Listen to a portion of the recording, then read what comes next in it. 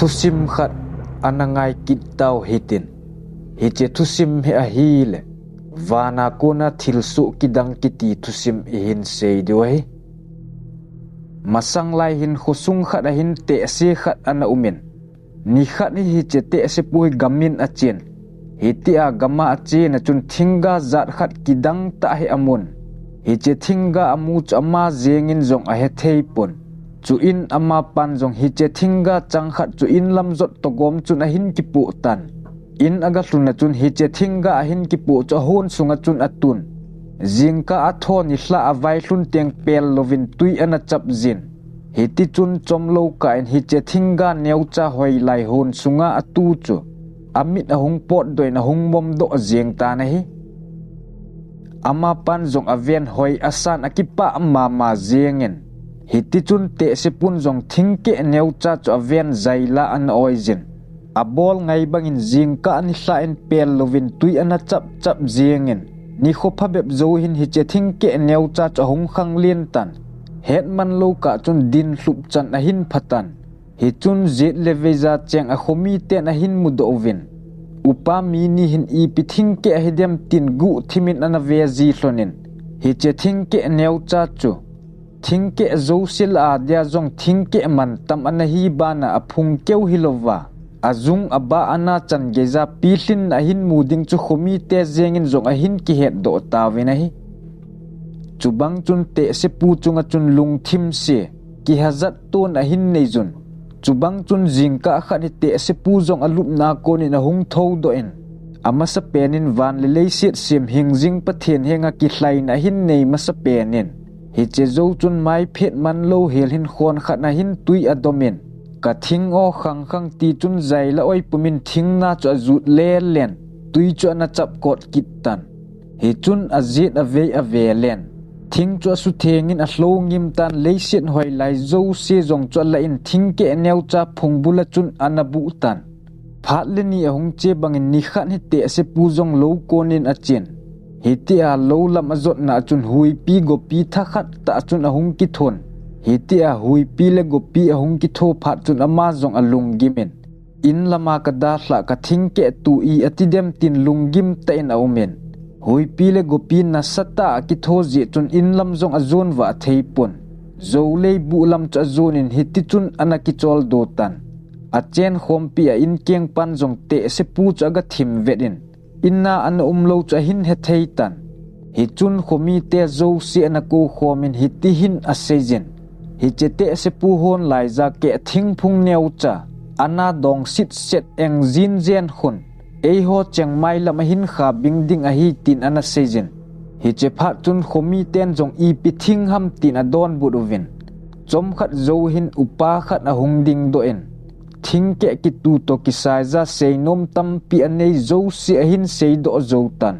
chubang chun hiti hin ana sejen ei ho adin pha da tapoi aji chu thing ke song ke tam pi anaki tu nan hin la hi chete se pun a hon sunga atu pen thing he adang sanga hin hoi zo le dong hoi zo a hin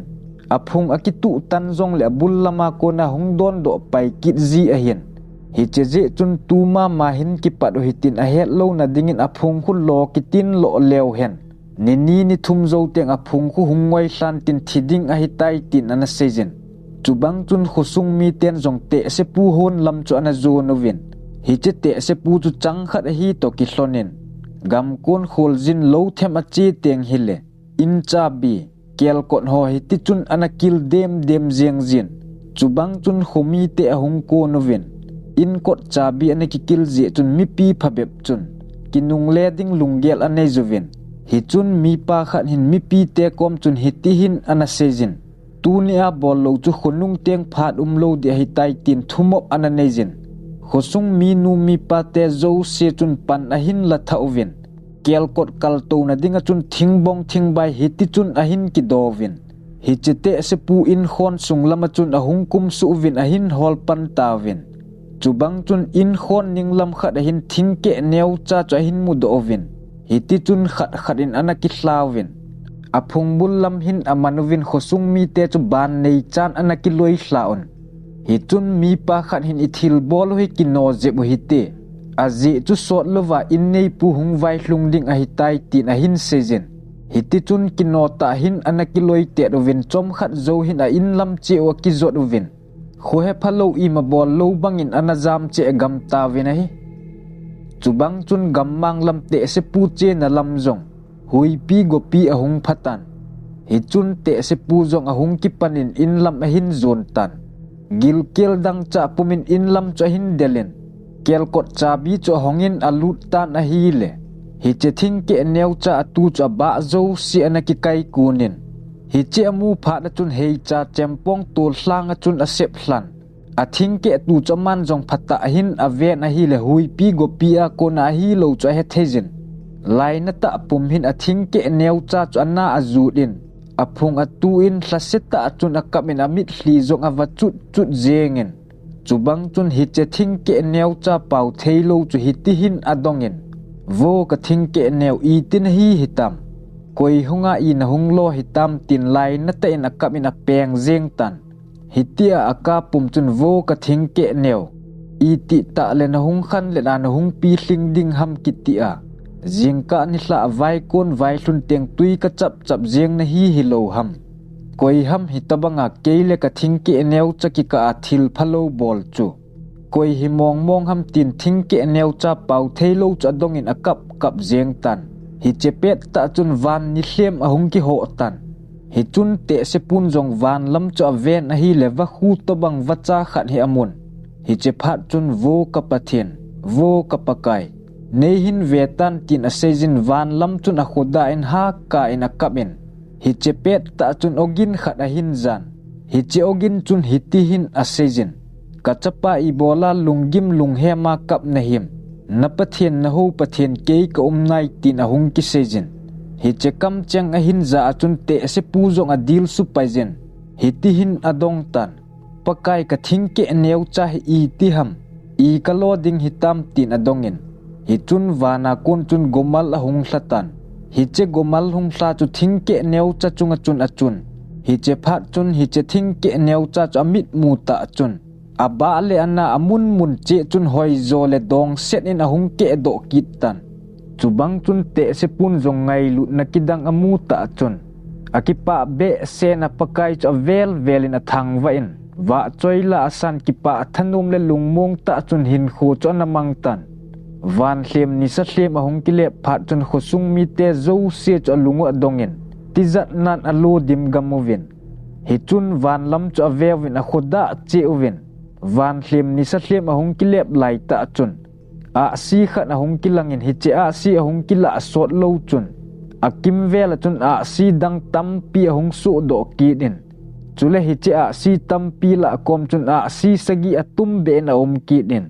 agam hausa puvin hi che thu su a za do phat chun ni thum sungin agam sung mi te hin khomin agam mi te zo sen jong gam hausa pu ko na ogin chun nel lo helin hiti chun aki khom che uvin chu in gam hausa pun jong gam mi te zo se chu khat che in ban nei chan a ve hlan chu bang chun a zo na pe na hin pasal khat von se de do a kisem khat he anatovin chu bang chun hausa pun jong i bola pam chin ta hu to ham tin aga aven he che von se de do a kisem pasal pa jong chun gam hausa pu heng lam chun a hung ki hejin hausa pu mai chang tu tiki hot det chun a hin ve tan amai wa chun gam hausa pu a hin salin hi chun hausa pu jong a lung hangin hi ti hin a sejin hi chipai gang ta tha do a gan hing an cha a pe do ding a hi tin lunggel a hin nejin hi ti a lunggel a nei lai ta chun ana khang a hin ki thong zen zunin okidang lien ta a hung gingin hi che o chun hi ti hin a hin sejin vô gam hausa pu i bola lung thim se lunggel hi tabang chun a nei hitam tha ding mat diana gon pa chu gol hlang mel hoi ta mi ching ta a hi ama chu na tha theilo hel ding a hi aji choma pai na tha khela na tha khut jet lama tova lim na hin son pe ding choma pai a hi tin a hung ki sejin a hi che ogin aza do phat chun hausa pun kidang asabe se zengin apet pet chun anadon budin hiti hin a sejin hi che ki bon se de du gol hlang pa i kalo ding ham tin anadon budin hi chun hiti hin a hung ki sei ki din hi che gol sang mel hoi ta pa chun na chanu la mel hoi pen le ta pen nu to na ki chen sa ding a hi che zo teng chule na thanei na zo se hi che gol sang mel hoi ta pa chun na pi do ding a hi ti na hong ki se jin a hi che zo chun nisa van hle ma hong ki libin van a hong ki thing tan hi chun gam sung hau sapun jong ato na mun a le zo din ato na kon chun mi pi te hi ti hin adongin kagam sung mi te zo sila hat hung ding do ovin keiman kipa thilpe ka gon pe ding na hi vetin thutep na ananejin hi chun pasal sagi a hung ding do ovin gam hau sapun jong ama ho cheng cho ko tan hi che pasal sagi ho cho ko maga tlun wa chun to na khat hi apien chewin lang mi pi zo senung lama achanga to pa kho hi che to na hin to so vin lang ka ang lai a hung hlun ka se tol chon khalo helin hin zong lut vin tin a sejin a sol ta na hi chu in pasal hat ta mi sagi ho cha chewin gol sang mel hoi ta pa chu to na chun a hin to son gam sung hau sa pu heng lam cha hin zot pi ta vin gam sung hau sa pu ko maga pha over chun hau sa pu cha to na kon chun a hung ding do en hiti hin a sejin ke to na mun a hin to son tin a hin seitan hi chun pasal hat ta mi sagi la khat chun a hin don budin hau sa pu i pidinga ama pa hi chelai za chun a to sa got ham gam sung mi ten mingol mi chawai za ka koi zu a hin to sa lo hel ding a hi tin a hin sejin hi chun hau sa pun jong a don bud ki din ki thimin keiman i za kai zo se ka gon to sa hi tai tin a sei pe in chubang chun pasal hat ta mi sagi ho chun hi chepa chu tol chon khalovin adomun hau sa pu to na chun ato sa tawin a pet chun ni hlem van hlem a hung ki ho kit tan hi chun mi pi te zo si a ki chawin a thip chet jeng tawin a hi chubang chun hau sa pun jong mi pi te ko ma chun a sei phung tan tu nia ki pat hi che gol sang mel hoi ta pa hen gam sung hau sa vai a hin pu ding a hi tai chule ama hi kachanu la ata pen nu to ki cheng ding a hi tai tin a hin sejin chu in achanu ata pen nu cha hin ko pe tan achanu a hung hlun ka chun gam sung mi ten mingol mi chawai za a koi zu gol hlang mel hoi ta pa cho pasal hat ta mi sagi le nunga mel hoi che mi sagi a ko pe en rum sung khat a hin a kisil sa uvin hiti chun a ki von na zo si a hin khel pe uvin hi che zo chun gam hau sa pu kom lam hin a hin pui lut ki dovin hiti a kisil thenga a kisu theng zo chun mi pi te zo sin a velvin mel hoi ta le khang dong ta hi cho hin he do vin a ki chahle zeng vin a hi chom khat zo hin hau sa pu chanu zong a hung hlung tan gol sang mel hoi ta pa zong a hin dom hlavin chu in kho sung them gau pu hongin dan thengin ki chen na kin cho hin sim tan dan thenga ki chen a hung ki chai phat chun ni khu a hung sanin mu a hung thim thlapai tan hau sa pun zong mi pi te ko ma chun hiti hin tep na ananejin tu ni hla mo lop gol wa na sunga gam sung mi pi te zo se ne khom nom ta mang khom ding chun tep na ananejin chubang chun ki pa thanom ta chun hi che mo lop na chun zan khowa kezin analam khom ta vinahi jingka khowa chip chimin aji pa hong ki tho do en hi chun aji nu ko ma chun hiti hin asejin tu zan ka zan mangin wana konin sung tum len ta hong ki tang hlan ka vet le kho sung mi nu mi pa ten se pi se cha hin ki choizun sung pi kom lam nai chun hong ki zot phezuvin hi chun keizong kalung adong be se en ipi pen a bol gu ham tin ka thim vet le kho sung mi te zo se chun hi che sung tum len chu se pi to ki thon a hian chibuvin hi che zo chun a in chi akile zot ki duvin hi che zo chun nang in sunga konin na hung pot do ki din hi che wana ko na song hung ki le hla chun na gaven ipi hidem tin kholai lama song pi len ta ki tat chip chun na gaven hi che song tum wana ko na hung chu na lai ta achun song tum ve ven san na man tam leisit chunga song man tam pen na hin mutan chu in nan zong na zit na ve len koima na mu lo phat chun thip chedin na hin ki puan in lam hin le zot ki din hi che zo chun keizong ka hung king khang tai tin aloi nu cha sei pi in hi che ho thu a zinu na het a chun a ki chapan tan chubang chun a zinu mai su cha ven ki chamel pu a hi chu he thei tan hi che ji chun hi ti hin an hlemin mang kiti cho mang sa hi bove tin ana hlemin hin la ama le ama ki hlem zo tapun a hin tho ding thil chan zo si ana ki het masat tan phat le ni kho ache bangin a ki chen hlon jong hla thum lam a hung hling tan ni khat hi a zinu jong alung avai jin adin lai cho hung ki sep hlutan hi chun gam hau sa pu in sunga su na tong le ho chengin amu phat wa chun adel ludun i pichang na him tin adong vin room sunglam chun a hin dom ludun hi ti chun zen na thei chanin ana zenun chom khat zo hin nunga khat a chen gol sang mel hoi ta azipa cho ga kovin azipan jong thu a het a chun gang te na na lam cho zonin lungim ta le lung hel ta chun azinu heng lam cho hin del tan akom aga pha a chun azinu cho dong tan nang nu i pichang na him hi chun azinun jong hiti hin adon budin lup na kon ka hung tho tho in na hung vai hluna na ne ding don ding tia ima kana gon tup lai hen kining lovin kalung a hung vai jin hitia chu kana hlu a hi tin a sei pe in chu in azipan jong gang te na so nu mei khat cho solin chen lang khosunga them gau nu chu ga kovin tin a solin hi chenu jong them gau nu ko ma hlun chun a sei pai jin them gau nun jong adon budin hau sa pi nu chu ima atipoi lungim hi on tin a sei pe in chu bang chun them gau nun jong hau sa pu in lam chu hin zon phejin aga hluna chun aven a so a tham ma sa penin a hi le a he pai zengin chu in a so na tong ho se sil a zipa chu rum pam lama hin a sol do en chu bang chun hi chenu ko ma chun agu in a sejin lungkham lungim na ding a umpoi na dam ding a hi tu chung na nat hi mo ana na hi poi song man tam chapa mel hoi ta na nei ding ji an po zo lo na thisanin a zo lel zo a hi tin a sei pe in hi chun hau sa pi jong akipa a hle zengin hau sa pi jong a hung ol dom dom chun a hung ki tho do en a zipa hau sa pu heng lam cho hin zon phejin hi chun a zipan jong dam theng lo lai za i bola na hung pot do ham zal khunin nom ten i mun lang ki chol don tin a hilin chu in khat nun jong a zipa ko ma chun hiti hin a sejin seinom khat nei za na kom ka hung a hi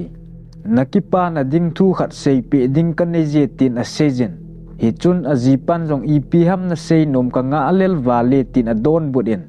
chubang chun hau sa pi nu a zinu jong chun a thim za cha den a zonan a zinun jong za chapum pum chun songman tam chapa mel hoi ta nei hlon ding a hitai tin a sei pi tan hi che thu ho zipan a za do chun a kicha hle zengin hi chun a zipan jong i pidinga nei dai ham tin a vel do in chu in a zinun jong hiti hin a sei pi ki din zan hia them gau nu a hunga chun ka khut ka keng ei tham pi in hitia ka so ka keng ka khut ho a tham zo chun songman tam chapa mel hoi ta na nei ding ji a pozo lo wa dam lo na hi nadam ding a hitai tin ei sei pi in chulen naw vop je en kichi thejin tin jong a seje tin a sei pi in hitia a sei pi phat chun a zipa jong akipa be se zengin a zinu cho kolin a beng ten ni a cho pen hiti chun akikol to hlon ta na hi chubang chun phat le ni a hung chen aman ni nu pan jong songman tam chapa mel hoi ta cho nei hlonin hiti chun kipa le thanom ten hin kho cho mang ta vi nei thusim akichai tai